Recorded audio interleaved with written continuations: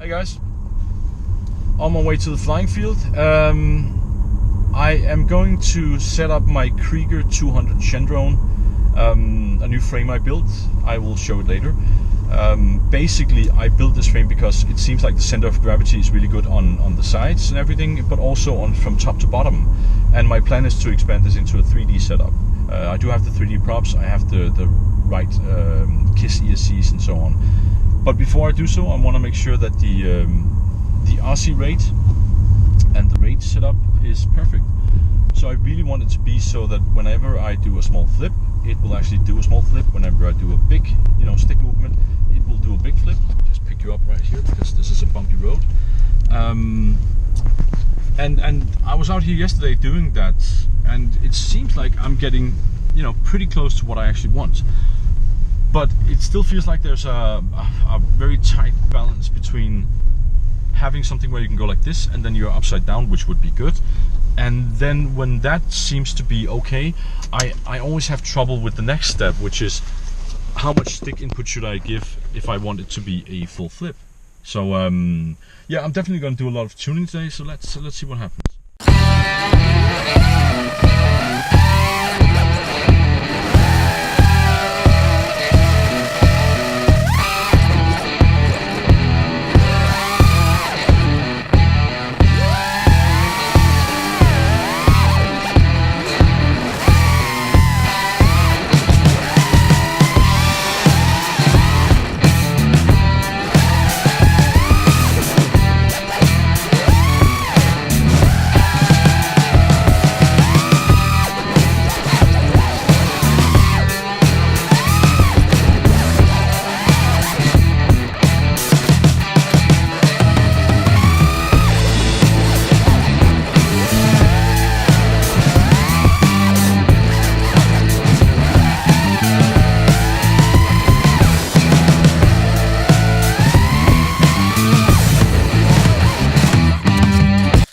So, first flight went pretty good. 2 crashes because I am trying to do an inverted flip. So for those of you that haven't tried it yet, what I'm doing is I'm going forward, going upside down, and then I'm rotating all the way around until I get to the same point, and then I want to flip down again and move on forward. This is one of the first times that I'm actually really trying to just do that, and I think I might even stop trying to do it right now because I can feel that some of the controls are off. But I can do it, and I did it, and it wasn't as graceful as when I see other YouTubers do it online, but I did it. And from having done it right the first time to actually learning it is usually not that big of a process. So I like it. I'm definitely confident right now. Now, one of the things I want to change right now is that my roll axis seems to be my pitch axis seems to be on point. I really love everything about the pitch. It just feels right in every stick movement. I do have different pitch and roll axis, RC rate and rate, so I'm going to change the roll axis to match the pitch axis and actually see if that helps. And then I want to try something which I'm not sure is a good idea, but I'm going to try it anyways. I'm going to set up a bit more aggressive jaw, because I figure that when I do this, that the stick movement I have to do with the jaw is paramount to the success of this. So if I have to move the stick from here and all the way out here in order to do that thing, then that's just too long. It's just like flip and then and then you go back, and I want everything to be but of course that also leads to a machine that is difficult to control and where there's no room for error. So yeah, trying to set that up and then take a test flight.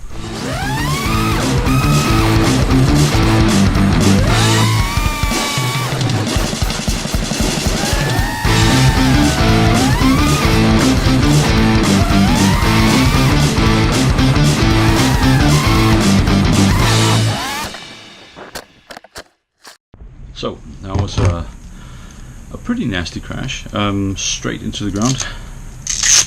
Nothing happened though, well, apart from a few props. One of the things that I've done the flip maneuver a few times where it's gone okay, and I think that the idea of success behind this is that I'm able to actually boost the throttle up, then go 0 throttle while I'm inverted, and then do the perfect jaw. and in that order, because if you do it down here, you should not get any throttle on. I still have air mode on, so any movement I'm going to do by this is going to use some propellers, which is of course going to suck it towards the ground. So the faster I do this, the faster it should go. But the more I think about it, maybe adding more yaw speed is wrong, because this means that when I do this, it will spin this faster, which means that I'm going to get sucked towards the ground faster. I don't know, maybe I'm thinking about it the wrong way. The other thing I want to do is, because I don't like having expo on, it feels wrong, but maybe for the jaw axis I need to add like quite a lot of expo, because this means that I can go up, give a boost, and then I can do it like here. And if I do it down here or wherever I do it, it means that whatever throttle input I'm gonna give it is probably not gonna matter too much because of the expo. So gonna have to try that and try again, and hope I don't break the quad before I figure this out.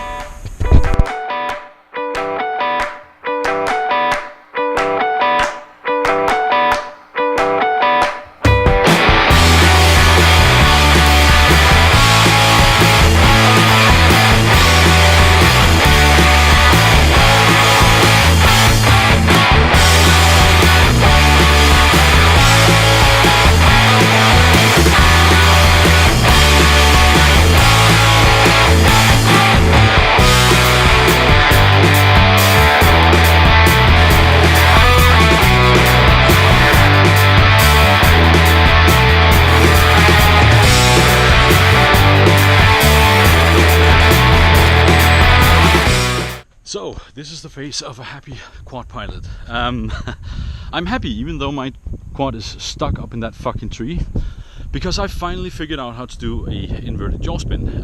Still have to work on it, but I was doing it all wrong. Now I was going like this, flipping like a loop on the backside, trying to do the jaw and trying to go out again. It never occurred to me, because I am retarded, that you do a roll, and the second you actually do the roll, you take your joystick to the side that feels most comfortable to you, preferably, I think, in the direction of the roll. So if you do a right side roll, you do a right side jaw, and you just do it like one after the other. And it is so easy, and it is so natural, and I'm seriously, this is the first time I've done it so many times. Let's see where my quad is. And it's just working. There's no hazard to it. It didn't feel dangerous. The only reason it got dangerous was because I'm a fucking idiot that got too happy. So yeah, that's perfect. Now the next step is to get my quad down. I don't know if you can see that boy up there. What the fuck? And then I want to play a bit with some expo and some other rates, and then just fly, because this is one of the, to me, this is one of the major obstacles. If I can do this, if I can figure this out, it opens up for a lot of other stuff. So yeah, that's very good. Now let me see if I can actually shake this bitch down. Oh my god, you goddamn quad! Oh, bowling drone! Let's see what happened. Because this thing, this Krieger 200 is built like a tank. I mean, literally built like a tank. The only issue with it is that it's fucking small, and I cannot see it that well. So the battery nearly came off. Lost, well, 2 props, 1.5 prop. Everything else seems pretty good. Yeah, fuck it, let's fly again.